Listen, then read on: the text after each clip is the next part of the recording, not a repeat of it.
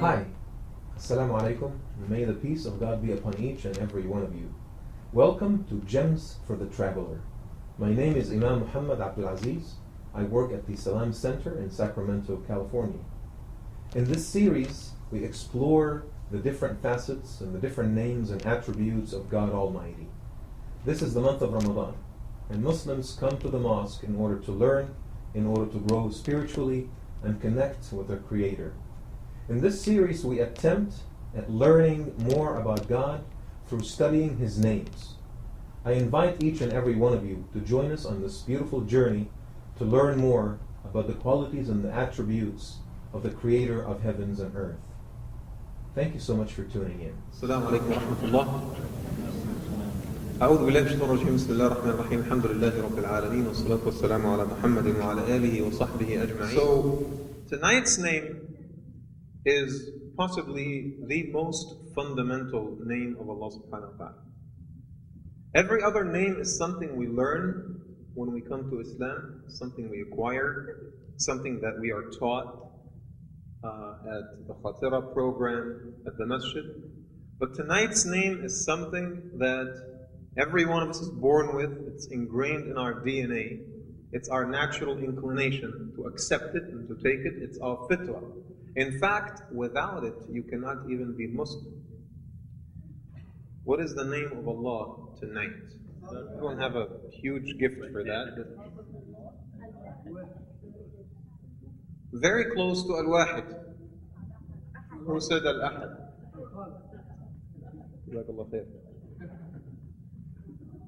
Tonight, inshallah ta'ala, we talk about Allah's name, Al-Ahad. Al-Ahad. And I'll tell you what the meaning, the difference in the meaning between Ahad and Wahid, inshallah, in a second. Allah's name, Al-Ahad, brothers and sisters, and since we never use Al-Ahad to describe any human being or any entity, we only use it to describe Allah subhanahu wa ta'ala. I mean, Allah is Kareem, but you could be Kareem as well. Allah is Rashid and you could be Rashid. Allah is Rahim and you could be Rahim, but Allah is Ahad and no one else is. Right? This is an exclusive quality to Allah, just like Al-Khaliq when we talked about it. Allah's name, Al-Ahad, brothers and sisters, is the fundamental law of the universe. Right?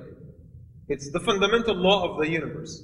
It is the natural tendency that each and every one of us has in his or her heart to accept Allah as one. Al-Ahad, الذي ليس له شريك, الذي ليس له مثيل, الذي ليس له ند. Allah is the one, Al-Ahad, who has no equal. He is absolutely unique. There is nothing like Him. He has no partner. He has no competitor. There is no one that is like Him. There is no one that can become like Him. There is no one that can become at a level comparable with Allah subhanahu wa ta'ala whatsoever. Allah, Al-Ahad. The difference between Ahad and Wahid. Wahid is one. But Ahad is one and only, has absolutely no equal or match or competitor. Right? That's the difference. Wahid is one. But Ahad is not only one, but unique. And there is absolutely nothing that is similar to Him subhanahu wa ta'ala. Why do we say that Ismullah al-Ahad is such a fundamental name? Because each and every one of us born with one principle, and it is the same principle that we use to subscribe to Islam, and that is, it's a statement that reads, La ilaha illallah. La ilaha illallah is the sung tune of the universe. Everything in this universe sings La ilaha illallah, whether we hear them or not. It's the most predominant song that the universe sings on a constant basis. You might not say La ilaha illallah, there is no God but Allah. You might not say it with your tongue, but the very cells that compose your tongue are saying it on a regular basis. The collective function of your brain might not produce a statement such as La ilaha illallah, but every gray or white cell in your brain sings La ilaha illallah. Your muscles might not take you to the masjid to say La ilaha illallah in action, but every muscle fiber recites La ilaha illallah. Because everything is Muslim. right? Your chair says La ilaha illallah. The carpet, the walls, the trees, the stars, the rivers, the oceans, everything sings the praises of La ilaha illallah every single second of the day. Ismullah al-Ahad. And it was mentioned in the Quran, again, Al-Ahad, and so it was only mentioned once. In Surah Al-Ikhlas. قُلْ هُوَ اللَّهُ أَحَدٌ. Al-Wahid was mentioned 15 times in the Quran, but Ahad is only mentioned once. Even when Allah talks about Himself as the most unique, He includes it in only one surah, Surah Al-Ikhlas. Now, Surah Al-Ikhlas ta'dilu, it is equivalent of 1/3 of the Quran. You say Surah Al-Ikhlas 3 times, it's as if you've recited the entire Quran. See the weight of the name, Ismullah al-Ahad. In fact, Prophet ﷺ was coming to the masjid, and there was a man in the masjid making dua, and the Prophet overheard him say, Allahumma inni as'aluka bi annaka anta Allahu al-Ahad, as-Samad, alladhi lam yalid wa lam yulad wa lam yakun lahu kufuwan ahad. Ya Allah, I ask you, for you are, and he uses this long description of Allah that is all inspired by Surah Al-Ikhlas. Ya Allah, I ask you, for you are Allah, the one and unique, Al-Ahad, As-Samad, the one that is so strong. And then we rely on you in times of difficulty. We seek refuge in you. As-Samad from Sumud, right? الذي يلجأ إليه عند الشدائد. الذي لم يلد, the one who did not beget or was never begotten. وَلَمْ يَكُنْ لَهُ كُفُوًا أَحَدٌ, has no equal whatsoever. And the Prophet paused. And he says to the man, أَتَدْرِي بِمَاذَا دَعَوْتَ? Do you know the words that you use right now and their significance? And the man said, Ya Rasulullah, I don't. And then he says to him, وَاللَّهِ إِنَّكَ دَعَوْتُ اللَّهَ عَزَّ وَجَلَّ بِاسْمِهِ الْأَعْظَمِ الَّذِي إِذَا دُعِيَ بِهِ أُجِيبَ وَإِذَا سُئِلَ بِهِ أَعْظَمَ. You have asked Allah with the greatest of all of His names. A name that is so powerful and potent. If you pray with this name, Allah will answer. If you ask with it, Allah will give. Ismullah al-Ahad. How many of you memorized Surah Qul Huwallahu Ahad? I can say every single one in this room, right? How many of you ever used Al-Ahad in their dua? And addressed Allah, Ya Ahad. You see the problem? Can you see the problem? The discrepancy between what we were taught as children and the realities of the deen. But Ismullah al-Ahad, brothers and sisters, cuts through the fundamental questions of life. The most fundamental questions of life, the existence of God, prophethood, creation, evolution. And I thought, it might be a nice opportunity to actually shed some light on those things in 25, 30 minutes. I mean, we always do Allah's names injustice every single night, thinking we can cover them in half an hour. But we will make an attempt at least. The most fundamental questions of life that people usually ask, is there a God? Number 2, if there is a God, is it only one or more than one? Number 3, did God create the universe and let it function perfectly, or He actually expects us to do something for Him? And then if you have accepted all of that, now what is it that I need to do in order to serve my God? Let us go through this list of questions, relying entirely on Kitabullah al-Manzur, the observed book of Allah, and that is the universe. The universe is the observable book of Allah. What is the recited book? The Quran. And the universe is the one we see, the Quran is the one we read. So I'm not going to talk about the Quran, I will just talk about the universe. Let us try to answer those questions. As a Muslim, as a man or woman of faith, when people ask you, why are you Muslim? You can't say because my parents were Muslim, or because Islam is nice, or because I'm Shafi'i, or whatever answers we give. If I ask you why you're Muslim, you need to have a reasonable answer that is independent of Islam itself. You cannot say, I'm Muslim because the Quran says Islam is the right thing. Is that a legitimate answer? It might serve another Muslim, but it will not serve someone who's not Muslim. Why do you believe in God? Because I think He's there. You can't use those answers. So I'm going to assume that the Quran is not there, and I'll start from scratch. Why do I, as a Muslim, why do I sleep comfortably and put my head on my pillow every night thinking and believing that God actually exists?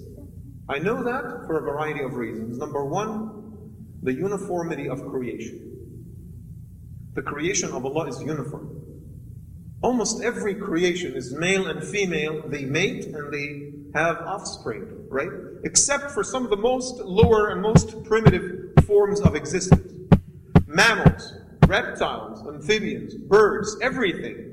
Male, even plants. Male and female, they mate and they produce offspring, right? Now, even at the primitive forms of existence where there is no mating, there is no male or female, the way by which cells divide is still uniform. Because all cells look the same. You have the cell membrane, you have a mitochondria, you have the nucleus and the nucleolus. They all look the same. And the process of cell division is actually quite uniform in all living organisms, big or small. That's uniformity. And uniformity testifies to one source of existence, Allah subhanahu wa ta'ala. Number two, the concept of parents that care about their children. Is that a strictly human concept? Or is it a universal concept? Almost everything that has offspring has the natural instinct of caring about its own children. You don't see birds or reptiles that eat their children. We don't see that, right? So the concept of a caring mother and a father that works hard to sustain a family is a universal concept, and again it testifies to the fact that this universe has one common origin. Again, I did not use anything from the Quran so far. Look at metabolism, for example. Every living cell, and I mean everyone, every living cell needs metabolism in order to transform nutrients to energy by which it can sustain itself. What is the one ingredient that is absolutely necessary to be present in any metabolic process? Water. Water. Of course, I'm so tempted right now to quote from the Quran and use the ayah, وَجَعَلْنَا مِنَ الْمَاءِ كُلَّ شَيْءٍ حَيٍّ, but I'm not going to do that. I will not quote the ayah from the Quran that says, from water we created every living being. I'm not going to do that because I promised you that I will not quote from the Quran. So the water is an absolute necessity for any metabolic process. Now, what is it about water that we actually need? I mean, let's break it down. Hydrogen or oxygen for the purpose of metabolism. You need oxygen, right? You need oxygen for any process of metabolism. In fact, in the absence of oxygen, because some of you might say, well, some organisms actually have a metabolic process without oxygen. That's true. But they have to use other metabolic processes in order to produce oxygen that they still need. I'll give you an example. When you exercise on the treadmill and you exercise for an hour, how do you eventually feel? Tired. And then you feel what in your muscles? Pain. You feel pain, the nice, pleasurable pain of exercise, right? The pain of triumph and victory. Why does that happen? Because your oxygen intake is lower than your oxygen consumption. So your body needs oxygen, and what you're giving it is not enough, even though you're hyperventilating and everything, but you're not giving your body enough oxygen. So the body needs to resort to an alternate metabolic process that is called anaerobic oxidation. And in anaerobic oxidation, oxygen is produced in a different way, but that yields lactic acid in your blood. And lactic acid creates something that's called lactic acidosis. And lactic acid is the one that causes you to feel pain because it irritates your nerve endings. So the reason we feel the pain of exercise is because of the anaerobic oxidation process that eventually produces oxygen that we all need. This happens in every single living organism. The uniformity of creation, brothers and sisters, tells me that they all have one source, and that is God, subhanahu wa ta'ala. Number two, the uniformity of laws in this universe. Al Ahad subhanahu wa ta'ala is one, and He's the source of everything, creation, laws, processes, procedures. And it is no surprise that those processes are uniform. They look the same. Take, for example, one of the most fundamental laws of the universe called the law of graduality. That everything happens in a gradual process. Growth is a gradual process. The human being starts as a small embryo, grows into a full adult, and then is reduced into weakness and old age, right? And of course, I'm not going to quote that ayah from the Quran that says, وَمَنْ نُعَمِّرْهُ نُنَكِّسْهُ فِي الْخَلْقِ. If you live long enough, you start getting weaker and weaker. Stars, they're born very small, they grow, and then they become giants, and then they become, they call them the white dwarfs, right? And then they become a black hole, right? They are reduced back to the same size that they started with. This applies to everything, right? Now, our entire universe started as a small molecule, and then it exploded, and it keeps exploding and expanding, and then at some point it'll halt, and then start collapsing again, and be reduced back to that same original matter. That process is called the Big Bang. That's what's called the Big Bang, right? Now, I am absolutely tempted to quote from the Quran, which I did not want to, but sometimes it just happens. When Allah subhanahu wa ta'ala talks about creation, and He talks about the graduality of creation, He actually talks about us. And He says, Allahu alladhi khalaqakum min dha'f, thumma ja'ala min ba'di dha'fin quwwa, thumma ja'ala min ba'di quwwatin dha'fan wa shay'an. He creates you in a weak state, vulnerable, and then He makes you strong, and then He makes you old and weak again. Right? See how accurate those descriptions are? This is why I want you to point out one example in this universe that does not follow the law of graduality. You want to drive a car. You have to accelerate, and then reach a speed, and then decelerate. Right? If you go up, you eventually have to go down. Right? In order to graduate college, you have to go through other lower grades, and then go to college, and then graduate, and then you get your PhD, and then get a great job in the height of your career, and then it's pretty much a nosedive from there. You get older, and then you have your retirement, and then you have all kinds of assisted living, and so on and so forth. Hopefully, inshallah, your kids will take care of you at a very, very old age, right? This is the law of the universe that never fails you, and it also testifies that the source is one, and that is Allah subhanahu wa ta'ala. Take, for example, elements. How many of you love chemistry?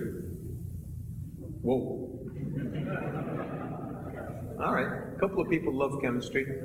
What is the chemical symbol for iron? Fe, right? What's the chemical symbol for sodium? Na. All right. What is the chemical formula for sodium? Sodium oxide. What is sodium bicarbonate? NaHCO3. All right. What is sodium chloride? NaCl. What is NaCl, by the way? Salt. It's just salt, right? What is ferrous oxide? Right? Fe2O3. Come on, guys. Chemistry? You still love chemistry. What is wrong with you? Now, is there an iron on Earth that is different from the iron on the moon, different from iron on Mars, different than iron in Andromeda? The same iron, right? Is our NaCl different than the NaCl on Cassiopeia?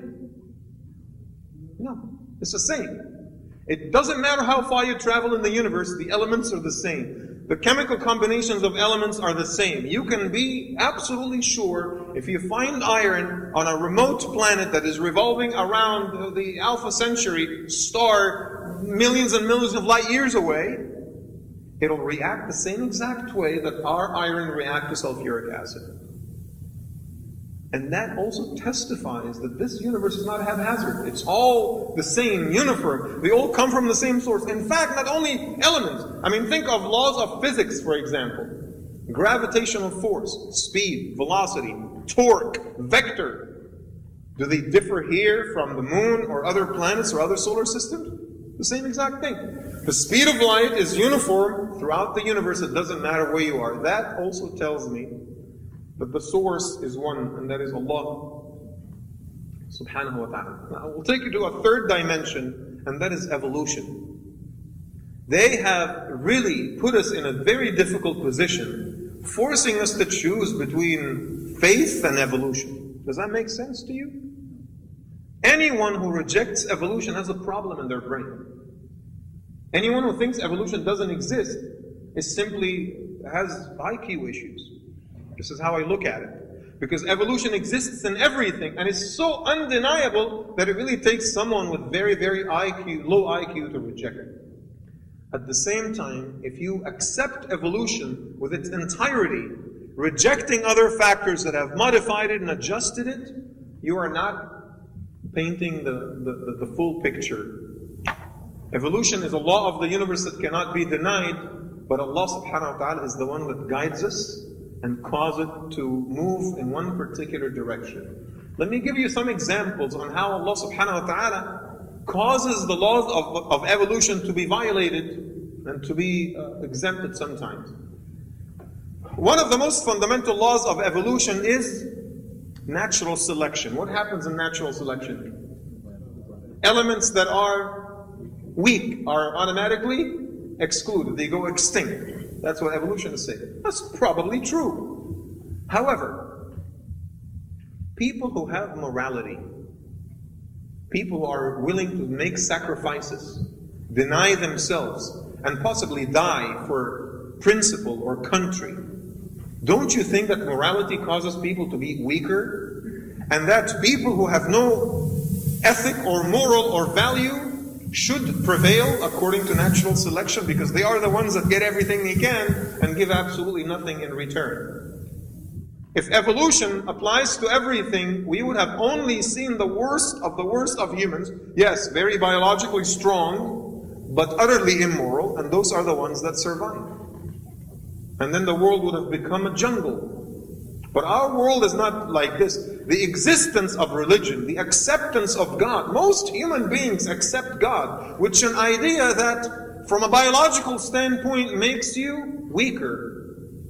If you believe in God and you believe in ethics and morals and you're not sleeping around and you're not disseminating your sperms everywhere, that means as a moral person, you don't have any offspring except for the one or two children that you've had. Unlike rapists, for example, right? Or people who are just absolutely promiscuous, we would have seen more of those.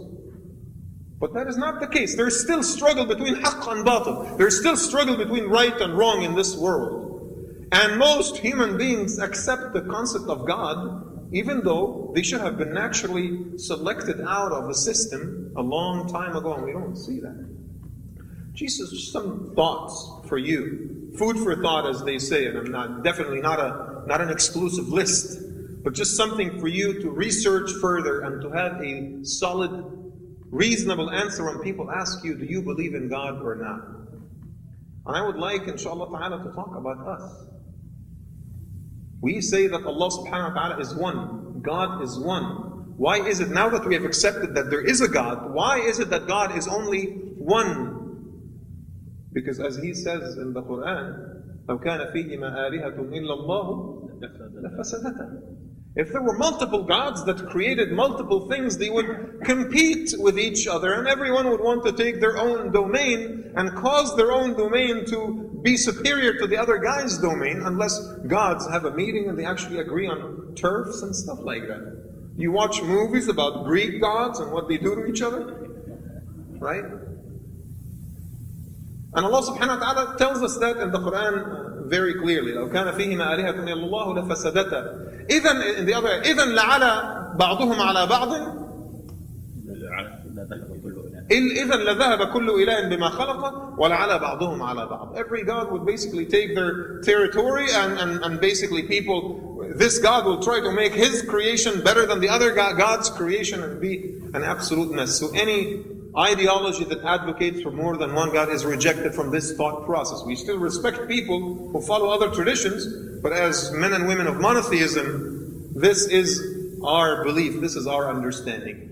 And I would like to conclude, inshallah, and tell you how all of this applies to us as Muslims. Because this is not just a discussion on science, this is a discussion on faith, on the name of Allah Al Ahad, subhanahu wa ta'ala.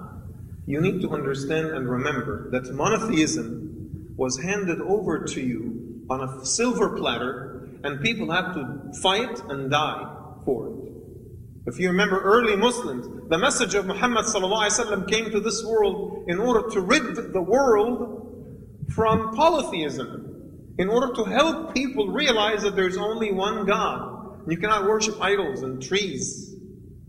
When you remember the stories of Bilal, when he was being tortured, what was he saying?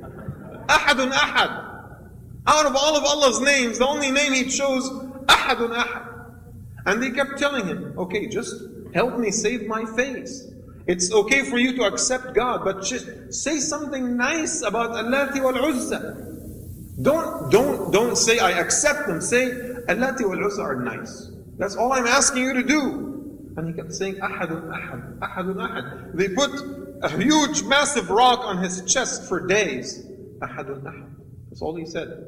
Ammar ibn Yasir radiallahu anhu, they used to put him on charcoal. And his blood and the fat from his back is what actually put the charcoal out. So they would pick him up, put him on fresh charcoal in order to burn his back one more time. Day after day after day. Why? To establish monotheism. To follow the fundamental law of this universe that Allah subhanahu wa ta'ala is Ahad. And once you accept Allah as Ahad, the hierarchy of leadership is established clearly. You know, one of the problems at the workplace is when an employee has multiple bosses, what happens? There's no accountability. Because you could say, well, you know, this person X told me do this and Y told me to do that. So there's no accountability. You can't hold an employee accountable unless the hierarchy of leadership is absolutely created. Now, since we know that Allah subhanahu wa ta'ala is Ahad and He's the boss and He's the creator, we report to no one but Him.